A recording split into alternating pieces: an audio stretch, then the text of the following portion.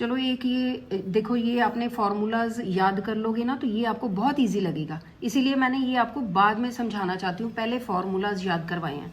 तो अब ये देखो ये कैसे है कि ये एक ट्राइंगल एबीसी दिया हुआ राइट एंगल है, राइट एंगल यहाँ से पता चलता है, ठीक है। अगर दूसरा एंगल हो तो इस तरह से वो बनाते हैं। तो ये शेप जो होती है हमेशा 90 डिग्री के एंगल की होती है। 90 डिग्री को परपेंडिकुलर भी कहते हैं और राइट एंगल भी कहते हैं। तो यहाँ पे ए बी 12 दिया हुआ है और बी सी 5 दिया हुआ है, ये हमने ढूंढना है। ये क्या होता है 90 डिग्री के अपोजिट क्या होता है बेटा, ये हाइपोटेन्यूज। तो हाइपोटेन्यूज के लिए हमें पाइथागोरस थ्योरम चाहिए। पाइथागोरस थ्योरम का क्या रूल है, क्या फॉर्मूला है? फॉर्मूला यहाँ पे सीधा ये लिखा हुआ है, आपको फॉर्मूला भी आता होगा। क्या फॉर्मूला होता है?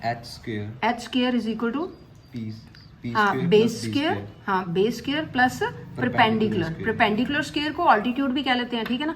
तो ये हाइट स्क्वायर हमने लिख दी, ये जो है हाइपोटेन्यूज स्क्वायर, हाइपोटेन्यूज एसी हो गया, AC square is equal to base square, ये आ गया, और ये बीसी यहाँ से आ गया। क्लियर हो गया, ये फॉर्मूले से और क्लियर हो गया कि ये पाइथागोरस थ्योरम का फॉर्मूला है। यहाँ वैल्यूज सिंपली फिट कर दो। क्या वैल्यू ढूंढने के लिए हम ये वैल्यूज फिट कर रहे हैं? हाइपोटेन्यूज, क्योंकि ये दिया नहीं हुआ स्टेटमेंट में। अब यहाँ 12 स्क्वायर, ये 5 स्क्वायर, ये आ जाएगा 169। अब ये देखना 169, देखो एसी, ये कई बच्चों को ये भी नहीं पता होता, अगर एसी स्क्वायर 169 है तो एसी कैसे ढूंढेंगे? एसी कैसे ढूंढेंगे? बिल्कुल ठीक है, स्क्वायर रूट या अंडर रूट कहते हैं 169। ये जो है ना ये इधर चला जाता है, ठीक है। तो इसका अंडर रूट, कई बच्चों को देखो कोरोना के कारण ये भी नहीं पता होता 169 का स्क्वायर रूट कैसे निकालना है। तो ये, और कई जो इंटेलिजेंट बच्चे हैं उनको याद होता है कि 13 मल्टीप्लाइड बाय 13, जो 13 का स्क्वायर 169 होता है। तो ठीक है, ये फिर कभी दोबारा आपको बता दूंगी, या मेरी पुरानी वीडियोस में मैंने ये भी करवाया हुआ स्क्वायर रूट कैसे ढूंढना है, ठीक है। तो ये 13 का स्क्वायर होता है, हमने ये स्क्वायर रूट ढूंढ लिया, 13 आ गया। उसके बाद हमने यहाँ 13 लिख दिया, ये एसी की वैल्यू। अब आपने सिंपली वैल्यूज फिल करनी है। कहाँ पे फिल करनी है?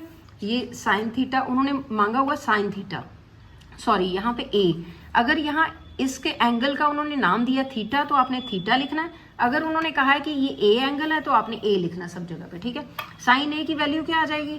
Perpendicular over hypotenuse. ये कैसे पता? ये हमने याद किया, ये हमारे मेमोरी में सेव्ड है, ठीक है ना। जैसे कंप्यूटर की मेमोरी में कितना कुछ सेव्ड होता है, ऐसे हमारी मेमोरी में ये आपने फॉर्मूले सेव कर रखे हैं, तभी आपको ये आंसर आएगा।